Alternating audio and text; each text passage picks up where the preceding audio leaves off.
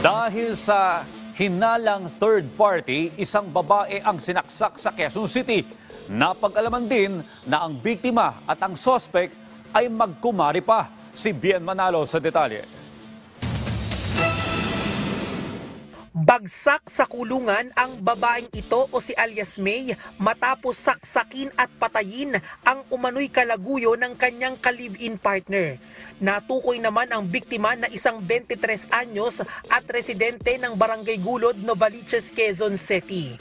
Ayon sa inisyal na investigasyon ng pulisya, papauwi na sana sa kanilang bahay ang biktima kasama ang kanyang nakababatang kapatid nang sunggaban ng saksak ng sospek na si alias May. Kalipin niya naman ngayon, may ibang girlfriend.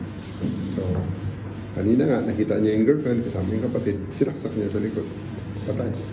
Wala siyang escape plan. Yun ang bottom line doon, kaya huli talaga siya. Naisugod pa sa ospital ang biktima pero binawian din agad ng buhay matapos magtamo ng isang saksak sa kaliwang bahagi ng kanyang likod. Napag-alaman ding magkumari pa ang sospek at ang biktima. Ang biktima kasi ang pinaghihinala ang third party ng sospek sa kanyang kinakasama. Ayon pa sa pulisya, sinasaktan din umano ng kanyang partner ang sospek. Find out natin na itong suspect, sa interview natin, kiniklaim niya na siya ay isang battered partner ng kanyang kalibin. Victim as third party, yun ang inaakusahan niya, na third party sa relasyon nila ng kanyang boyfriend. Na-recover naman ang kutsilyo na ginamit ng sospek sa pananaksaka. Pero sabi naman ng sospek, Matagal na ho ba kayo niloloko ng asawa niyo? Opo, matagal na. Madalas niyo sila nahuhuli. Opo. at nang tanungin ang sospek hinggil sa nagawang krimen. Ay, may pinagsisisihan ho kayo? Meron po. Ano ho yun?